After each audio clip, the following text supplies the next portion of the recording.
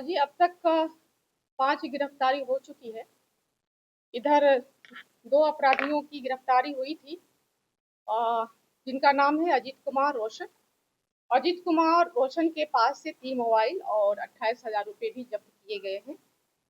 इसमें अजीत कुमार, रोहित, बजरंगी के आपराधिक इतिहास भी रहे हुए हैं और जो भी शेष आरोपित हैं उनकी गिरफ्तारी शीघ्र ही कर ली जाएगी।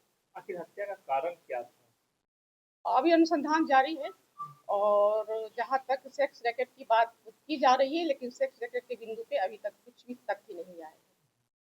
परिवार के लोग कह रहे हैं कि जिस आरोपी को पुलिस ने पकड़ा है, कुछ दिन पहले हत्या के कुछ दिन पहले घर के नीचे आकर वो धमकी भी दे रहा था और सेक्स रैकेट चलाने का ही विरोध कर रहा था। इस बिंदु पे जांच की जा रही है, लेकिन सेक्स रैकेट की जहाँ तक बात है अभी तक अनुसंधान में नहीं है।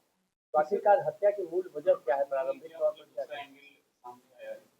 विवाद या आपसी विवाद? हाँ, ऐसा बताया जा रहा है कि आपसी विवाद था और इस बिंदु पे अनुसंधान जारी है।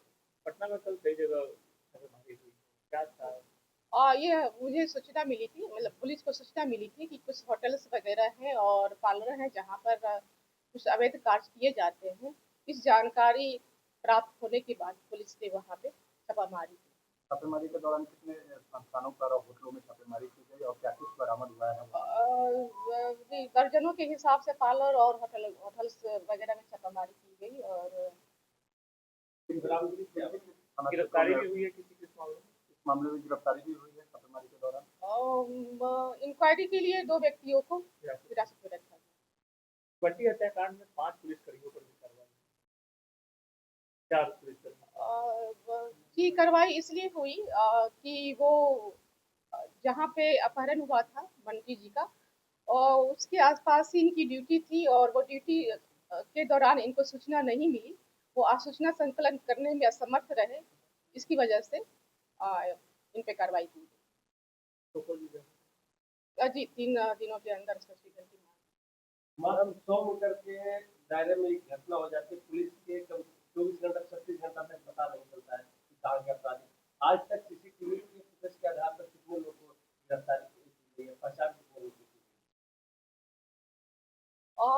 जी देखिए, जो आसपास की पुलिस थी जहाँ पे घटना ये घटित हुआ, वहाँ आसपास की जो पुलिस थी वो सूचना संकलन करने में असमर्थ रहे, तो उन पे कार्रवाई की गई है।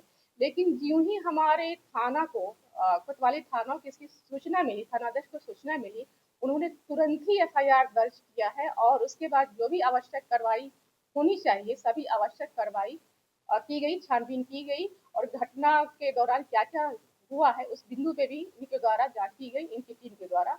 और एक एसआईटी का भी गठन किया गया जिनके अध्यक्ष हमारे थानाध्यक्ष कोतवाली। आज जिनकी गिरफ्तारी हुई है उनकी क्या भूमिका थी इस हत्याकांड? जी इनमें मेन रोल इन लोगों का है और अपहरण से लेकर के लोगों का आपराधिक इतिहास जी अजीत का आपराधिक इतिहास है और रोहित का आपराधिक इतिहास है, बजरंगी का है और जो फिरार है रवीश उनका भी आपराधिक इतिहास। ये जो पकड़े गए हैं कैसे लेके जाया गया? ये अनुसंधान है, अनुसंधान के बिंदु हैं। जो पकड़े गए लोग उनसे क्या सारी चीज की जानकारी मिली है? कैसे ले जाया गया? हाँ, उन्होंने बताया है। फरार जो किन्नर है उसकी क्या कुछ भूमिका है? ये जो मेन अभियुक्त बताए जा रहे हैं रवीश कुमार, उनके साथ इनकी सहभागिता रही। इस हत्याकांड में क्या कुछ उनका रोल है? ये भी एक ही गैंग के हैं। मैम आपने जैसा बताया कि आपसी विवाद में हत्या हुई है, सेक्स रैकेट से जुड़ा हुआ किसी प्रकार का नहीं मामला है, तो प्रारंभिक अनुसंधान में क्या कुछ जानकारी? इन लोगों ने क्या बताया?